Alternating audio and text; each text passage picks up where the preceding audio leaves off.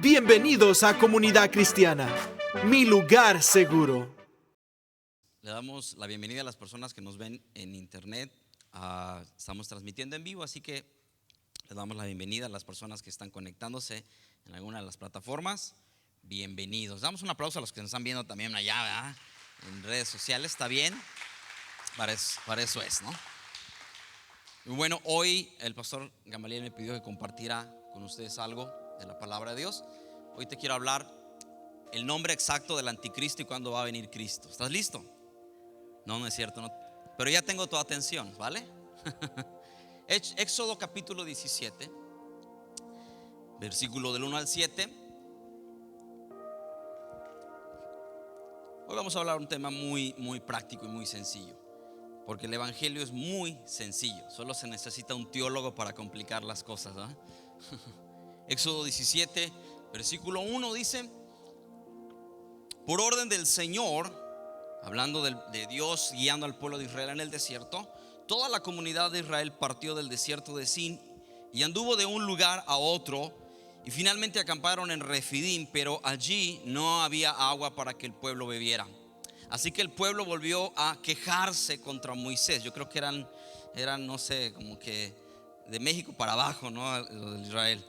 Danos agua para beber, le dijeron. Y Moisés respondió: cállense, porque se quejan contra mí y por qué ponen a prueba al Señor. Pero ellos, atormentados por la sed, siguieron discutiendo con Moisés: ¿por qué nos sacaste de Egipto? ¿Quieres matarnos de sed a nosotros, a nuestros hijos y a nuestros animales? Entonces Moisés clamó al Señor y preguntó: ¿qué hago con este pueblo? Imagínate, si tú no puedes con tus hijos, Moisés tenía que guiar a 3 millones de personas. Que Dios nos ayude, ¿no?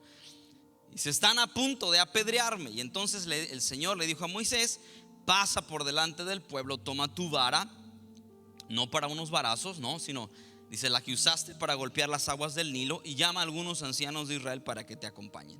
Yo me pararé frente a ti sobre la roca en el monte Sinaí. Golpea la roca y saldrá agua a chorros.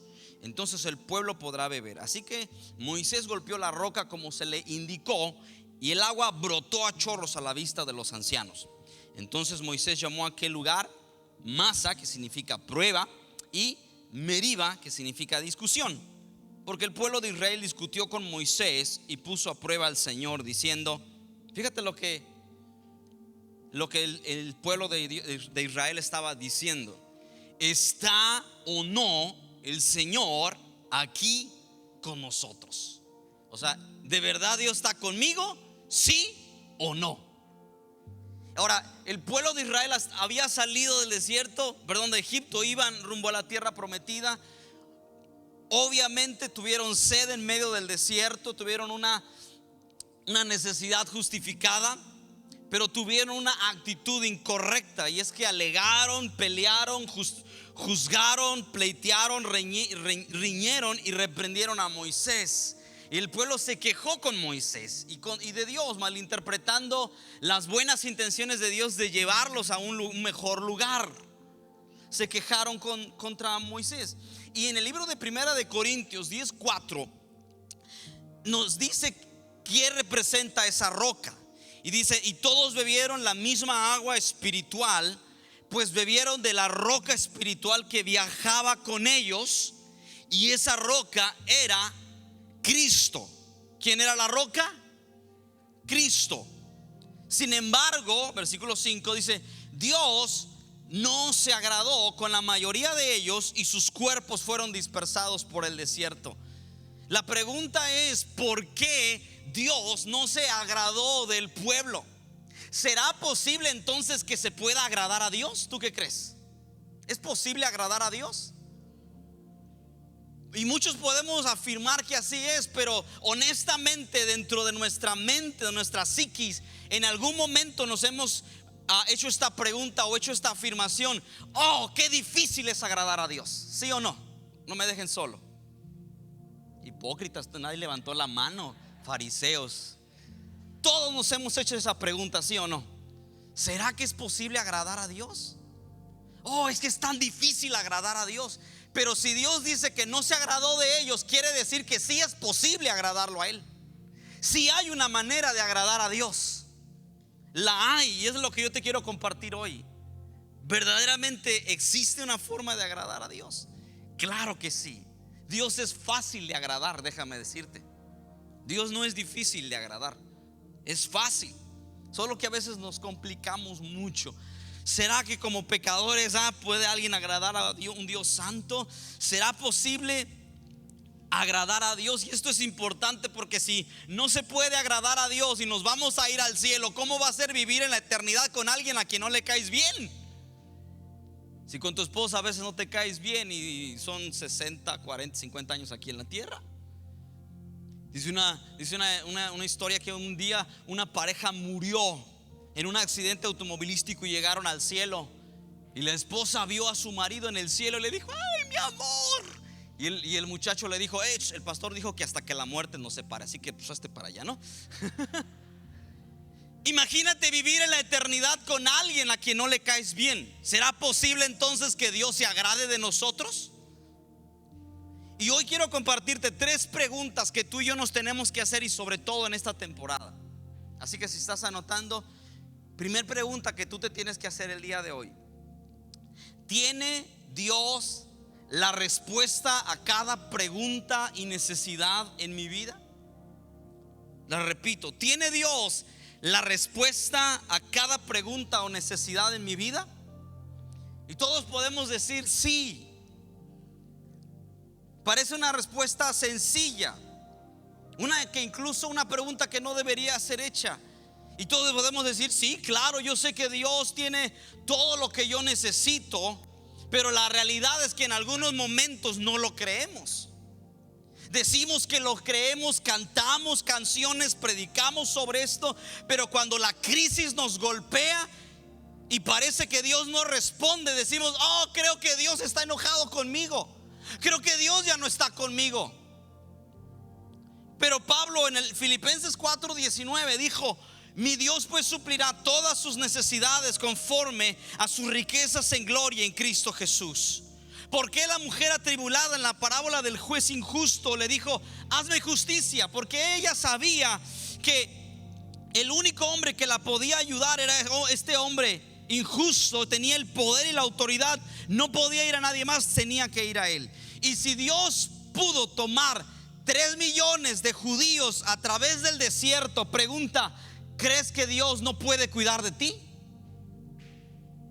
Si Dios cuidó a 3 millones de esclavos por 40 años, no les faltó comida, ropa, no les faltó nada, ¿será que no pueda cuidar de ti? Por supuesto que sí. Pero ellos no estuvieron convencidos de que Dios tendría todo el sustento si confiaban en Él. Eran insolentes, desobedientes, idólatras.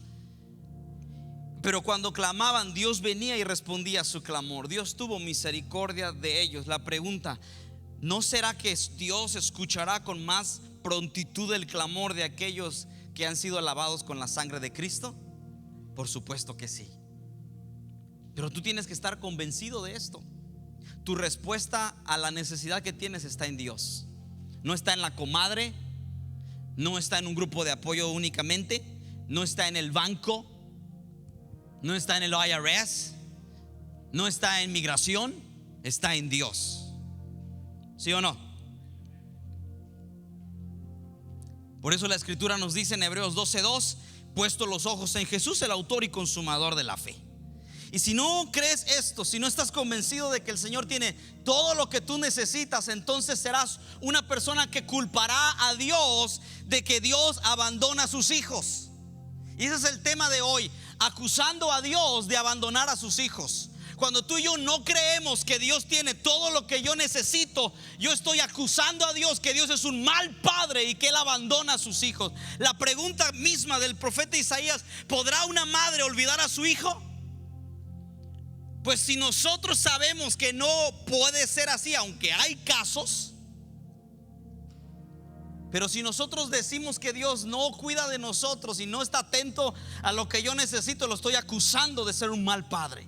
Y Dios es un buen padre, ¿sí o no? No importa cuál sea tu problema, no importa el laberinto por el que estás confundido hoy, si tú simplemente esperas en Jesús humildemente, Él te ayudará, Él te hablará, te dará sabiduría, conocimiento suficiente y hará un camino para que atravieses esa senda. Pregunta 2. Mi Padre puede ver por lo que estoy pasando y ¿de verdad le importa? Pregúntate esto. Mi Padre, Dios, puede ver por lo que estoy pasando y verdaderamente le importa. Ahora, una cosa es saber que Dios tiene lo que yo necesito, otra cosa es creer que a Dios le importo. Dios está preguntando, ¿verdaderamente crees que veo exactamente lo que estás viviendo hoy?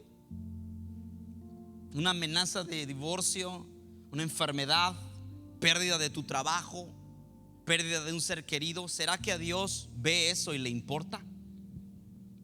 ¿Crees que Dios controla todo como hace un padre con su hijo pequeño? ¿Sabes en tu corazón que Él interpreta cada pensamiento que viene a tu mente? ¿Crees que Dios trabaja embotellando cada lágrima, oyendo cada suspiro, cubriéndote con sus alas como un padre amante y cuidadoso? Eso es exactamente lo que dice la Biblia acerca de Dios. En Salmo 34, 16 y 17 dice: los ojos del Señor están sobre los justos y sus oídos atentos a su clamor. Claman los justos, a tú y yo, y el Señor oye y los libra de todas sus angustias. Primera de Pedro 5, 7: echando toda su ansiedad sobre Él, porque Él tiene cuidado de ti y de mí. ¿Crees que Dios está absolutamente consciente de cada pensamiento, pesar, dolor, prueba, carga financiera, problema familiar y que quiere ayudarte a sobrepasar eso? En el Salmo 103 dice, verso 13: como un padre que se compadece de sus hijos, así se compadece el Señor de quienes, de los que le temen. Y fíjate, la palabra compadecer en su significado original es mimar, acurrucar, ser compasivo. O sea, Dios no te ve como un juez, como cuando vas a la corte y como que te voy a meter 100 años en la cárcel, ¿no? Él te ve como un padre a su hijo. El Señor nos toma en sus brazos aquellos que Dios pone sus brazos alrededor tuyo y mío, nos acaricia y nos trata como un padre que lleva a su hijo hacia su pecho y le dice: yo conozco. Y hoy Dios te quiere decir: yo conozco tus pensamientos, yo conozco tus preocupaciones, cada batalla que tú enfrentas, y yo te cuido. ¿Lo crees? En el Salmo 139, verso 1 al 5 y del 17 al 18 dice: oh Señor, tú me has conocido, dice David, tú conoces mi sentarme y mi levantarme. Desde lejos comprendes mis pensamientos. Tú escudriñas mi senda y mi descanso, y conoces bien todos mis caminos. Y aún antes de que haya palabra en mi boca, he aquí, oh Señor, tú ya la sabes todo. O sea, Dios dice: todavía no hablas y yo ya sé lo que estás pensando. Hermana, si usted cree que nosotros tenemos esa capacidad como marido, estás equivocada. Todas las mujeres creen que nosotros pensamos lo que ustedes están pensando. A veces nos sueltan una plática y uno con sus 2 neuronas así medias fumigadas que tenemos. ¿Y sabes cuál es la cara que hacemos los hombres? Como que hacemos así. Y usted piensa que no te está poniendo atención, pero las 2 neuronas que tenemos, una se viene sobre la otra, hacen un shock y como que despierta, ¿no? Como que hay una. Entonces, no nos habla así tan pronto y tan rápido, ¿no?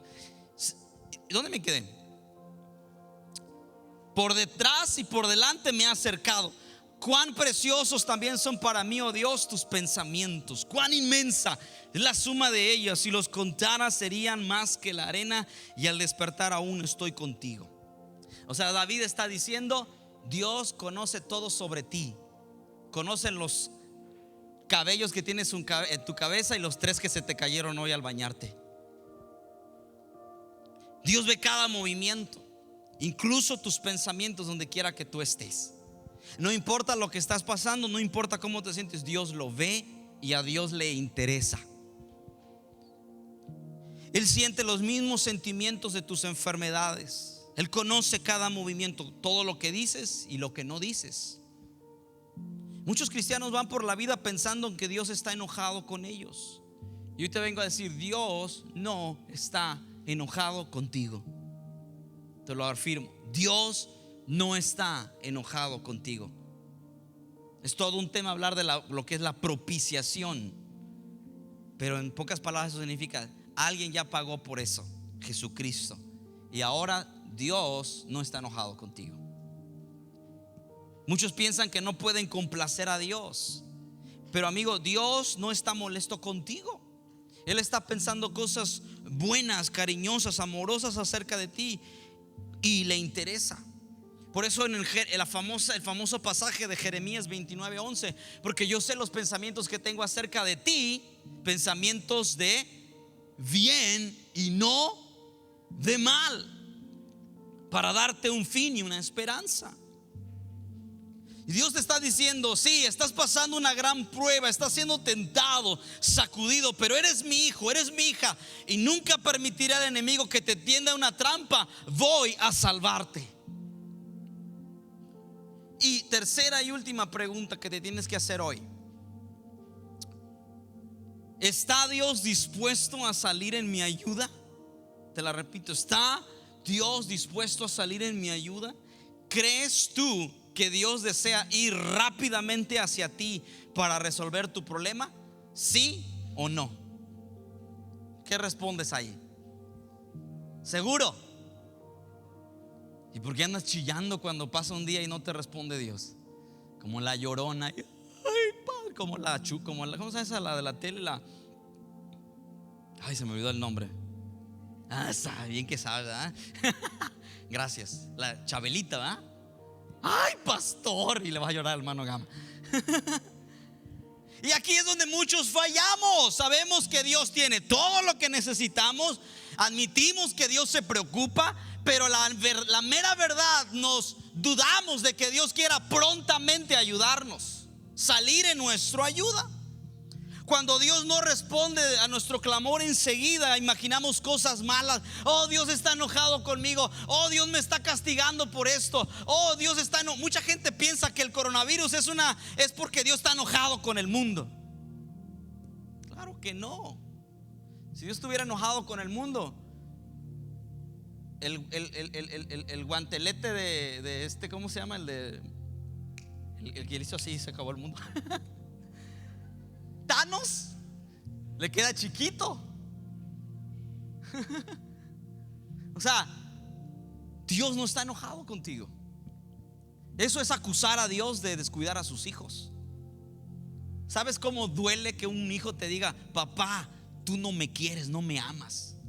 Tú que eres papá, ¿entiendes eso? Si eres por lo menos tienes algo así de sentimientos un poquito más que el Grinch, te duele, te cala. ¿Sí o no? Aunque sea mentira, pero te cala. En Primera de Reyes capítulo 18 verso 26, en el monte Carmelo, los adoradores de Baal invocaron el nombre de Baal desde la mañana hasta la tarde del mediodía, y le decían a Baal, una imagen, un ídolo de piedra, le decían: oh Baal, respóndenos.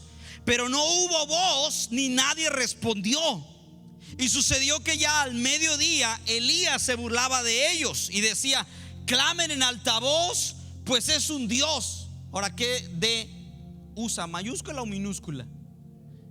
Minúscula, Dios, pequeño. Tal vez estará meditando. Hay otra versión que dice: fue al baño. Allá sabes hacer qué. O se habrá desviado o estará de viaje, quizá esté dormido y habrá que despertarlo. Gritaban a grandes voces y se cortaban, los adoradores cortaban para que sangraran según su costumbre, hasta que la sangre chorreaba sobre ellos, pero no hubo voz, ni nadie respondió, ni nadie hizo caso. Y lo afirmo otra vez: no hubo voz, nadie respondió y nadie hizo caso. Y déjame decirte, iglesia, Dios no es Baal, Dios no es un ídolo, Dios no es un Dios con D pequeña. Dios es el único Dios verdadero, amoroso, eterno, grande en poder y misericordia. Dios no es Baal. Dale un fuerte aplauso a Jesús. Dios no es Baal. Dios no es un ídolo. No lo rebajes al nivel de un ídolo. Y si para ti es un ídolo, necesitas una revelación de lo grande que es Dios. Dios no es un ídolo. Dios es el único Dios verdadero. Y no estoy enojado, pero así hablo. Decía un amigo: si no estoy hablando de San Judas Tadeo. Y eso es exactamente como nosotros acusamos a Dios de descuidar a sus hijos. Oramos, clamamos a Dios, pero seguimos nuestro camino creyendo que Dios no nos escucha. Muchos pensamos que Dios es solo un ídolo y nos alejamos de Dios, dejamos de congregarnos, dejamos de buscar a Dios en la intimidad, dejamos de buscar a Dios tanto en nuestra vida personal como en nuestra vida con la iglesia. No, el Señor está siempre listo para escuchar y responder nuestro clamor por ayuda. En Salmo 86, 5 y 7 David escribió: pues tú, Señor, eres bueno y estás dispuesto a perdonar, tan lleno de amor inagotable para los que te piden ayuda. En el día de angustia te invocaré, pues porque tú me responderás. David decía en el Salmo 94, 18: yo grité, me resbalo, Señor, y tu gran amor, Señor, me sostuvo. Eso es todo lo que Dios está esperando, un clamor por ayuda. Pero pide con fe sin dudar, porque el que pide sin fe es como la ola del mar, nunca recibirá nada. Pregunta: ¿estás afligido, atado, preocupado, necesitado de liberación? Clama fuerte con fe. Un día te voy a hablar acerca del clamor. ¿Hay oraciones de susurro? Sí, Padre, que te pido que... Susurro. Hay oraciones en voz oíble, pero hay otro nivel que se llama clamor. Ese es otro nivel de oración que abre el cielo, pero eso es otro día. ¿Crees que Dios se ha vuelto sordo? ¿Crees que Dios está deseando, o crees que Dios está deseando oír el clamor de sus hijos? Mis hijas a veces me dicen: papá, quiero esto, quiero agua, quiero... Y a veces se me olvida darle y se van, y yo sé que realmente no era un deseo, era como que se les ocurrió. Pero ¿cómo yo me doy cuenta cuando realmente tienen un deseo? Porque gritan y vaya que tienen voz para que yo las escuche. Ahora sé que tienen un deseo, y entonces es suplido. Si no, es solo un comentario, ¿no? David clamó al Señor y fue librado de sus problemas. En el Salmo 18, 19 David escribió acerca de Dios: me condujo a un lugar seguro llamado comunidad cristiana. Se les fue el amén ahí. Me rescató porque en mí ¿qué? Agárralo hacia ti, di conmigo: Dios se deleita en mí. ¿Y qué significa deleitarse? Significa tomar placer, alegrarse. Y en otra versión dice: Dios me rescató porque me ama. Y no sé tú, pero yo creo eso. Dios me ama y te ama a ti, y se deleita, le gusta pasar tiempo conmigo porque estamos guapos. No, simplemente porque Él nos ama, y Él toma placer en ti y en mí. Porque Dios viene en mi rescate y desea liberarme simple y llanamente porque Él se le pega la gana quererme, amarme y deleitarse en mí. Simplemente. ¿Tengo algo bueno mejor que tú? Nada. A todos Dios nos ama. Durante años he conocido a mucha gente, muchos creyentes, que nunca tuvieron una seguridad en el Señor. Se sentían indignos, sucios, no amados. No creyeron que fueran un deleite para el corazón de Dios. Así que siempre estaban intentando hacer cosas para agradar a Dios. Voy a hacer esto, voy a hacer el otro. Fallaban en una área y hacían 3 cosas en otra área para tratar de hacer feliz a Dios. No estoy hablando de ti, estoy hablando de otras personas que yo conocí en México. Y eso no puede ser. Porque cuando venimos a Jesús no podemos hacer nada para que Él nos ame más de lo que ya nos ama. Él lo hace todo porque nos ama. En Isaías 49:13 Dice, ¿puede una mujer olvidar a su hijo de pecho? Es muy difícil, sin compadecerse del hijo de sus entrañas. Y aunque ellas se olvidaran, y vaya que ha sucedido esto en nuestros años, yo no te olvidaré. He aquí, en las palmas de mi mano te he grabado. En otra versión dice, te he tatuado, me he tatuado tu nombre. O sea que si tú creías que te ibas al infierno por un tatuaje, mírate, Dios tiene un tatuaje con tu nombre en su mano. No estoy diciendo que esté bien o esté mal, estoy diciendo lo que dice aquí. Dios se tatuó tu nombre en su mano. ¿Cómo? Al ser perforadas sus manos en la cruz. ¿Sabías tú que Jesús tiene sus manos perforadas en el cielo? Y ahí está escrito: José, María, Carmen, Rigoberto, Pánfilo, Torcuata, Tiburcio, Filemón. Yo quiero asegurarte hoy, tú puedes pasar a través de pruebas y sufrimientos, puedes estar lejos de lo que deseas en el Señor, pero puedes saber una cosa: Dios se deleita en ti. Bueno, voy a decir una palabra, un mexicanazo, pero no, porque no sé si se vaya a entender. ¿Puedes decir que eres un hijo olvidado? Jamás. Dios te ha dado todo lo que necesitas para ser libre y victorioso. Él ve tu condición y se interesa, y está listo para salir en tu ayuda en el momento que llamas. Alégrate en Dios, porque Dios se deleita en ti. Y te voy a dar rápido un pasaje, Jeremías 32. No sé si está en la pantalla. Otro día voy a hablar de estos solo 3 versículos en otra ocasión, pero hay mucho contenido en esto. Jeremías 32, 39. Solo es una pasadita, y yo quiero que lo recibas como una promesa para ti en estos días. Dice Dios: haré que haya coherencia entre tu pensamiento y tu conducta. Porque decimos y no hacemos, pero Dios dice: yo voy a hacer que lo que tú pienses lo hagas, a fin de que siempre me teman, para su propio bien y el de sus hijos. Porque no se trata de ti, se trata de tus hijos, de tus descendientes. Ay, que no se metan, que es mi vida. No, Señor, no es tu vida, es la vida de tus hijos, de tus nietos, y hasta 1000 generaciones está en juego. Así que no podemos hacer con nuestra vida lo que se nos pegue la gana, porque es mis generaciones. Haré con ellos una alianza eterna, dice Dios. Me comprometeré, dice Dios, fíjate, me voy a comprometer a no dejar nunca de hacerles bien. O sea, dice Dios, te prometo que nunca te voy a dejar de hacer bien.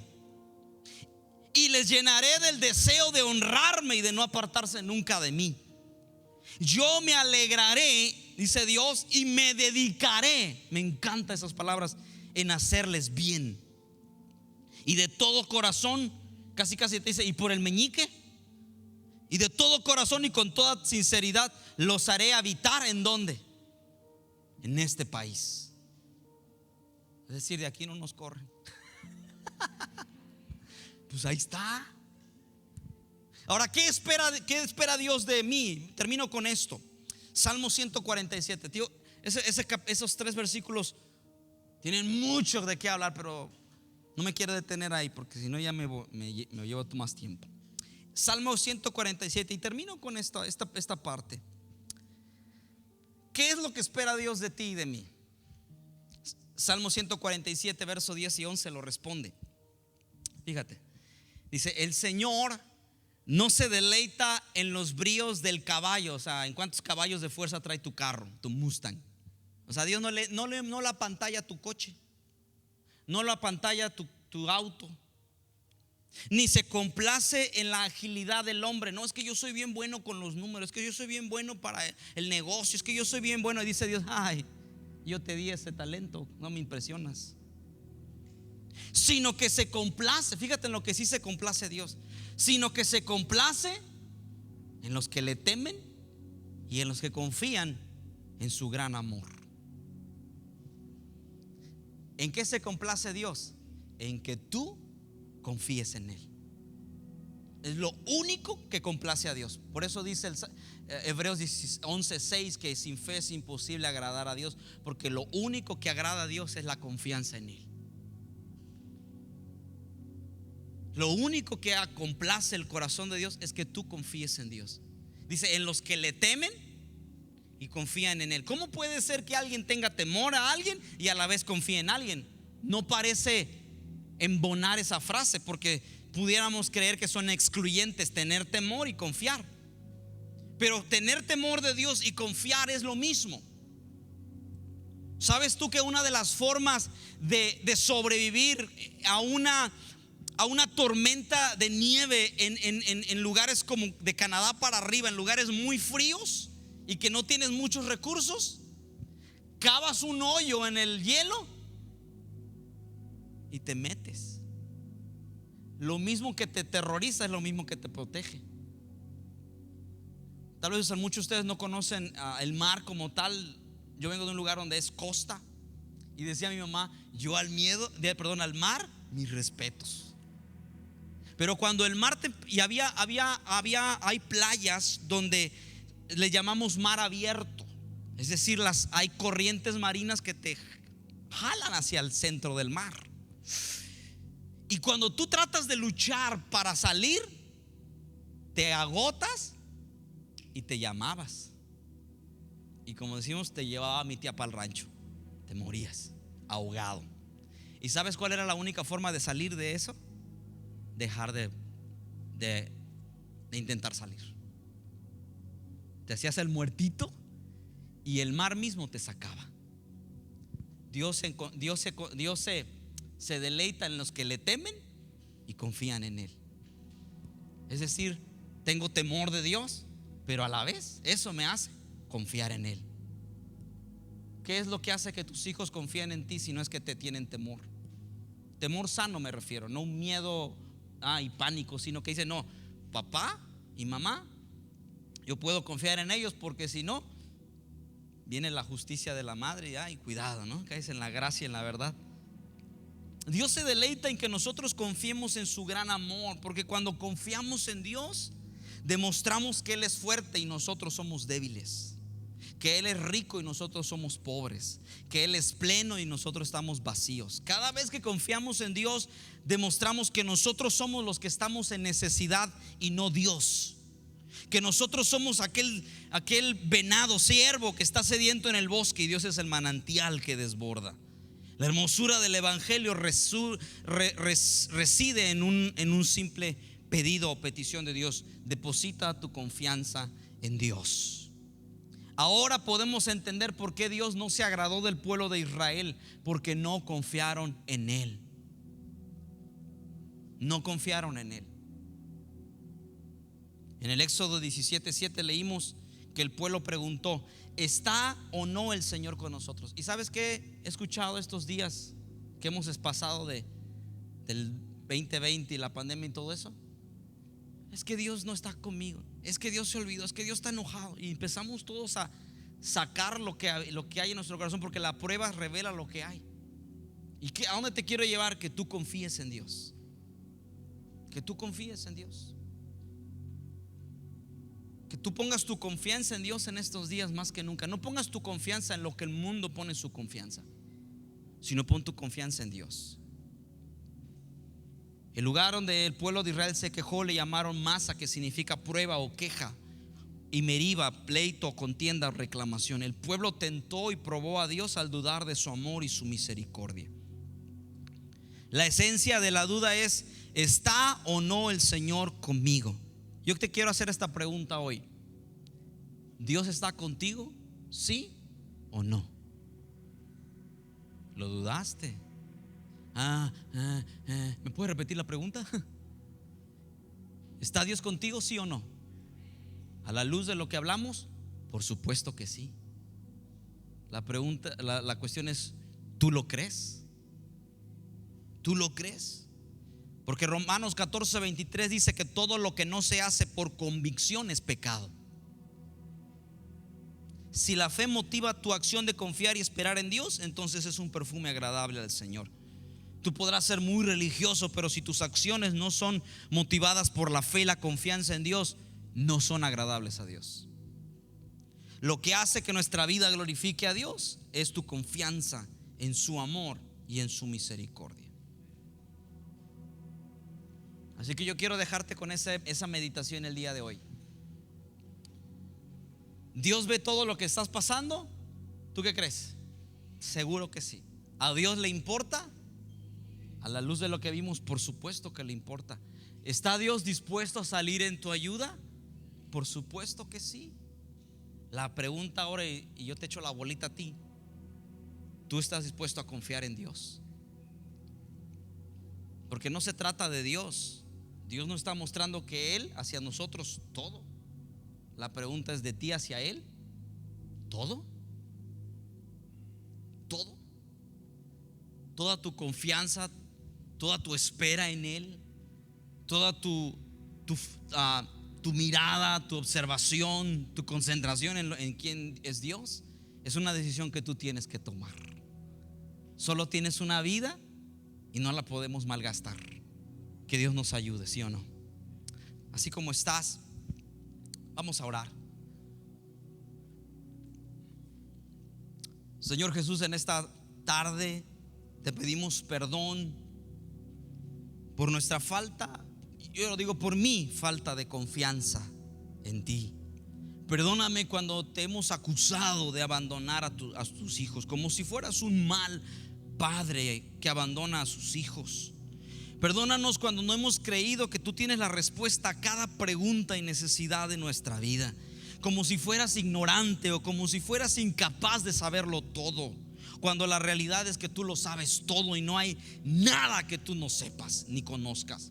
Perdóname, Dios, cuando yo he creído que tú no ves por lo que paso, o creo que no ves por lo que estoy pasando, y creo que hasta no te importa, cuando la realidad es que sí te importa, y lo demostraste tan real y palpable que entregaste a Jesús en la cruz para morir por mis pecados, y hoy yo pudiera acercarme a ti confiadamente. Perdóname, Señor, cuando he creído que no estás dispuesto a salir en mi ayuda, cuando he creído que estás vacilando, que estás dudando ayudarme. Perdóname cuando la realidad es que tú estás deseoso de salir corriendo. No, bien, yo decía, mis pies resbalaban cuando, Señor, tu amor ya venía en mi ayuda. Perdóname, Dios, cuando no he confiado en ti, no he puesto mi confianza y mi esperanza en ti, sino que la he puesto en el dinero, la he puesto en un título, la he puesto en un documento migratorio, lo he puesto en un ahorro bancario, lo he puesto en las posesiones que tengo. Perdóname, Dios, pero hoy decido poner mi confianza en Dios, mi creador. Yo decido hoy poner mi confianza en ti, Señor Jesús. Renuncio a la independencia y someto mi voluntad a Dios. Dile conmigo: Señor Jesús, hoy decido entregarte todo, someter mi voluntad a tu voluntad. Perdóname, Señor, por creer que tú estás enojado conmigo, cuando la realidad es que tú te deleitas en mí y me amas. Gracias, Señor, porque yo sé que aún en medio de este tiempo de dificultad que vivimos alrededor del mundo, tú sigues estando conmigo y nunca me dejarás y nunca me desampararás. Te damos gracias, Señor Jesús. Gracias, Señor Jesús. Dale un fuerte aplauso a Jesús de gratitud. Gracias, Señor Jesús. Así, con tus ojos cerrados y junto con los que nos están viendo por internet, si tú hoy, quiero orar por dos cosas. Número uno, si tú nunca has recibido a Jesús, que hoy tú recibas a Jesús. Y número dos, si tú tienes una enfermedad, quisiéramos orar por ti. Y cuando estemos orando, si alguien tiene una necesidad de una enfermedad o una situación, nomás levanta tu mano y yo voy a orar por ti desde acá. Así que vamos a primero orar. Si tú nunca has recibido a Jesús y no has entregado tu vida a Cristo, ya sea que nos estás viendo aquí en redes o aquí mismo en la iglesia, vamos a orar. Ora conmigo, vamos a orar como iglesia. Señor Jesús, en esta tarde yo reconozco que te necesito. Te pido perdón por todos mis pecados, por mi independencia, por mi orgullo y soberbia, y por guiar mi vida según mis propios criterios. Te pido, Jesús, que vengas a mi corazón. Te recibo como el Señor y el Salvador de mi vida. Te pido, Jesús, ayúdame a confiar en ti de ahora en adelante, y dame tu espíritu para caminar contigo, en el nombre de Jesús.